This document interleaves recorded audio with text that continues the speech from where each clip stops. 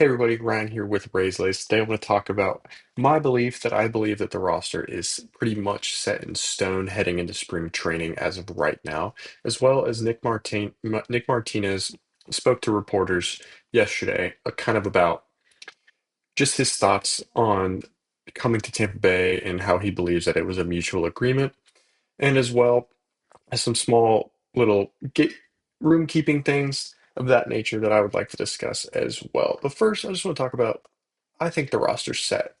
We had that 19 million dollars in available cap space room after getting rid of Lau and Boz and you name it, the other nine other trades that we kind of partook in this offseason to kind of clear some of that space room where we signed Steven Matz and Nick Martinez with that money, with 13 million going to Martinez and 7.5 million going to Steven Matz per year.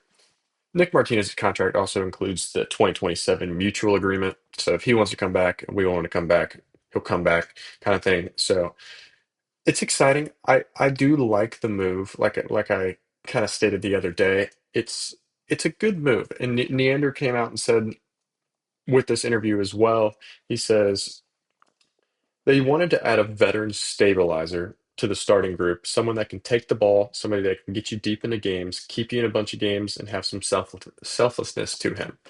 Which, if that doesn't say anything about Nick Martinez's character, that goes miles to when a team's general manager, granted, you did just sign him, you're going to talk him up, but if you're going out of your way to say that the guy you just signed, he's selfless, he's going to get you deep into games. He's going to grind out innings for you. He's going to eat innings for you. He's going to keep you in games. That's all you want to hear from a GM. You want the guys that are giving you the money to love you. And I've seen nothing but good things about him from a locker room perspective, from just being a great teammate, being a good locker room guy. Everybody seems to love him wherever he's been. I've seen interviews with him on MLB's Hot Stove. He just seems very personable. He seems very liked by people, and I think that's really big addition to this locker room. That's mainly a lot of younger-ish guys.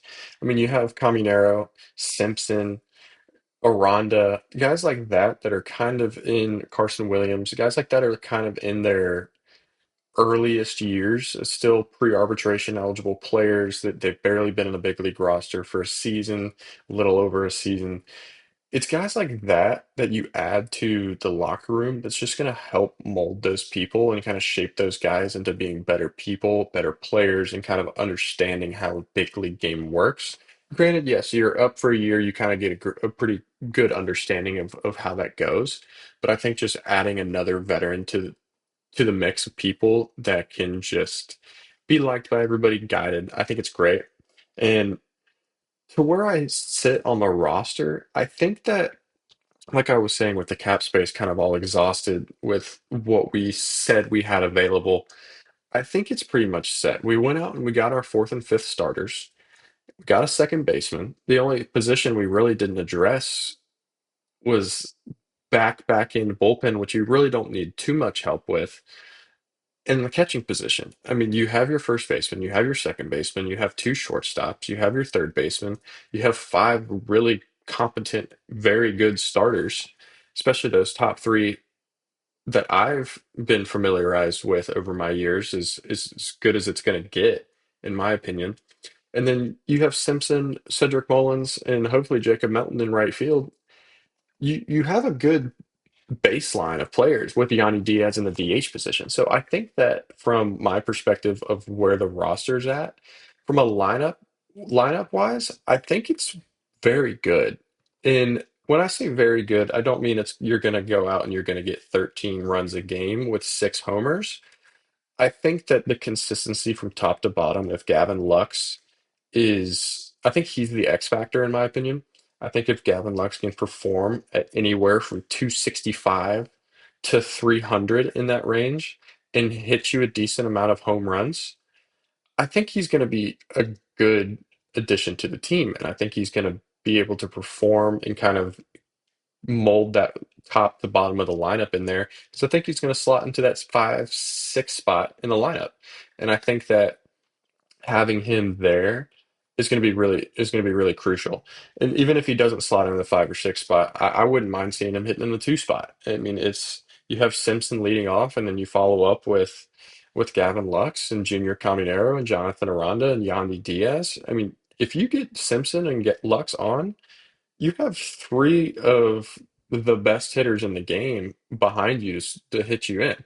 So I think that just this how everything meshes together, and I'm really curious to kind of see how Kevin Cash kind of handles everything because it does get a little dicey sometimes with matchups and things of that nature. It kind of gets all skewed.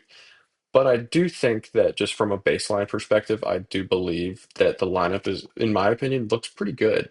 And I think that it's going to be able to compete at a decent level. I think it's going to compete at a little bit higher level than we kind of expected a month or so ago. But rotation wise, I think McClanahan, Rasmussen, Pepio, that's some of the best top three you're going to get.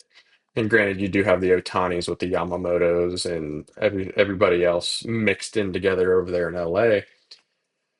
But from a perspective of not being the Los Angeles Dodgers, that top three is one of the best in the game. If McClanahan can stay healthy and Rasmussen and Pepio kind of just keep doing what they've been doing, that's a pretty good three-headed monster there, especially if you go into a wild card series. I would not mind having those three guys take the mound for me in a wild card series at all. And then you follow that up with Steven Matz and Nick Martinez at the 4 and the 5. I think it's great. And I think that being able to have those back end guys as well to be able to eat innings, eat pitches, save the bullpen on kind of longer days. Say Pepio only goes 4 1/3, you kind of have to eat 4 2/3 innings on the other end. Next game, Steven Matz comes out and gives you 7, or Nick Martinez comes out and gives you 8. Those are the kind of guys we need at the back end of our rotation. And I think just transitioning to the bullpen wise, it's Uceta, Clevenger, Jax. Those are three top arms that I think we're going to see all kind of molded into that closer role at some point, and then whoever kind of just does the best and takes off with it gets it, is what I think is going to happen with that. But I think just from a roster perspective, I think it's pretty much set, and I'm a little more confident in that roster than I was a month and a half ago, if I'm being completely honest with you.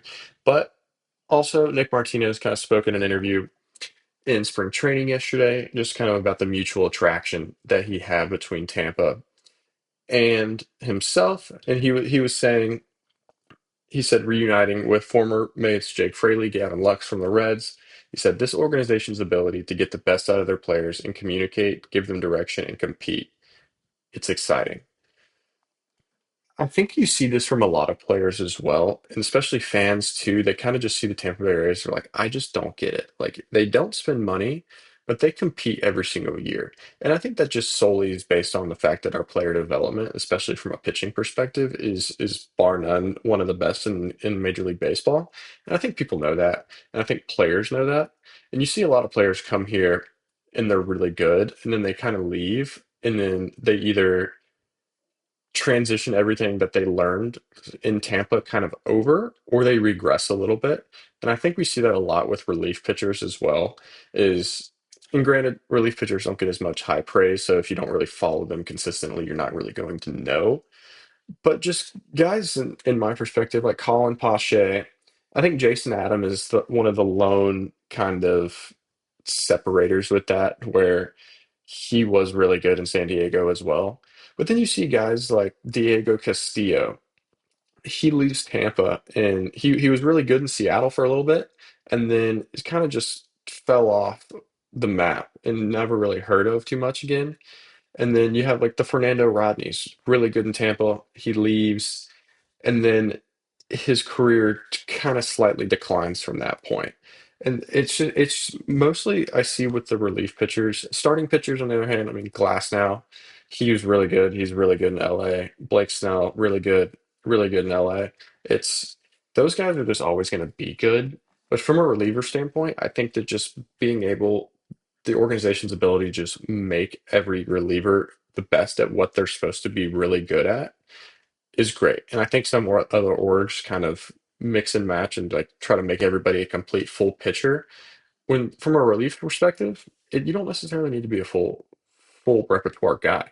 Like Kevin Kelly's going to come in and throw 3,200 RPM sweepers at you. That's what he's really good at. Let him do that. Let him come in against three righties in a row and just spin sliders, and he's going to be good that way. A lot of organizations would be like, no, we need you to be able to pitch to lefties too, and it messes people up. Me being a former pitcher myself, having multiple different pitching coordinators, multiple different pitching coaches, it does mess you up because they all have their own ideal of what they want to do, and they all have their own kind of thought process on what they think a good pitcher is, and that might not necessarily kind of correlate to who you are as a person. So I think that just what the Rays organization can do with their pitchers is bar none one of the best in the league, like I was saying. And I think that just their ability to make pitchers the best that they can be and what they're the best at is kind of what separates them. But you guys let me know what you guys think about what if you think the roster's set or not, as well as what you kind of look like, or you think the rosters in your eyes looks like heading into spring training and into the season, as well as kind of your thoughts on Nick Martinez talking about kind of the development, really exciting for him. And you guys have a great one.